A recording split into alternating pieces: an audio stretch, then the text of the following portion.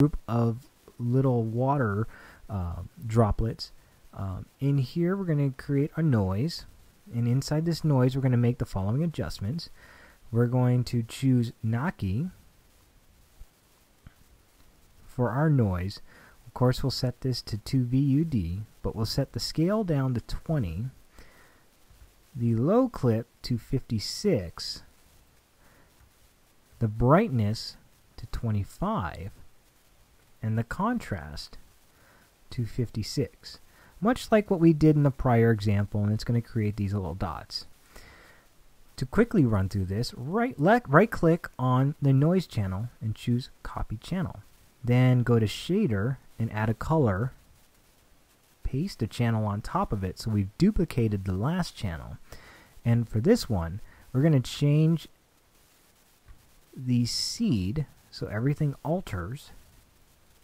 And we'll set this to 60%, and we'll set the mode to screen. We do this so we can get twice as many bumps without having to, shrink down our drops to where they're barely visible. We're also going to do this one more time. Copy, shader, color, right click, paste.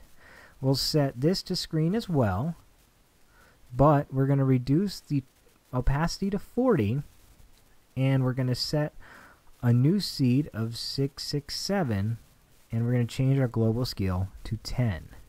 So now this is going to create a lot of really tiny little dots here and there. And so here is our displacement texture. Now what we're going to do is we're going to select our can displacement. We're going to center this axis.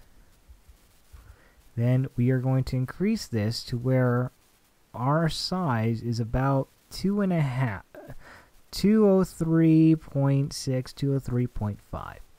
Then we're going to take this material, which we're going to call can displacement, and we're going to just drop it on to our can. So this is really a lot of fun. You see all the little tiny bumps that we have along the edge now, which is our water droplets. Mixed in with the bump channel and the water streaks, it really starts to sell the entire composition. Now all we really have to do at this point is create our displacement bump channels for our lid and our openings.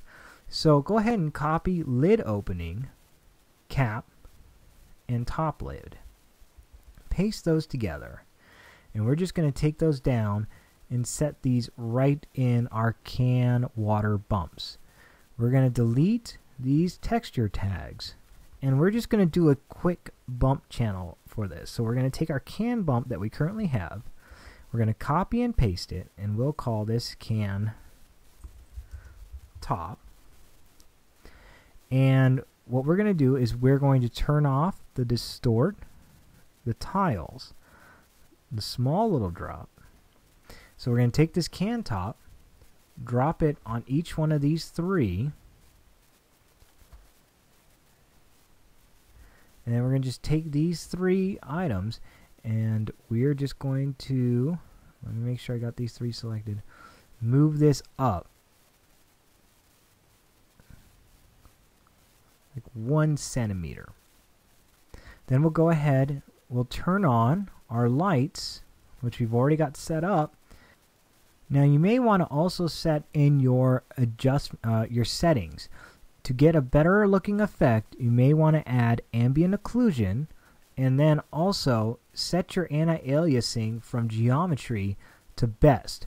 This is going to give you some really nice looking water bubbles that are going to be clear without any of the aliased edging that you tend to get. So the challenge was accepted, and though I feel it did pass, it certainly is not the best looking can out there. There are several noticeable flaws in it.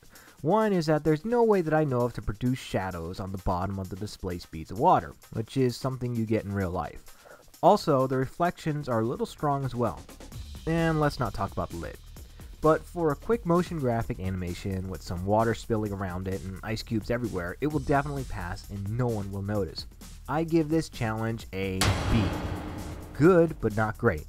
For those of you who are awesome enough to watch this tutorial and want to compare results, I put the finished can model at the bottom of the page for you to download.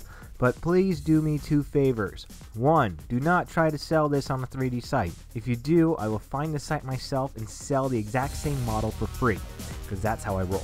2. If you use it for production work, let me know. I'd love to put it up on my site. Thanks again everyone for tuning in, and I'll have another challenge for us to tackle soon. This is Al from Renderready, and thanks again for your time.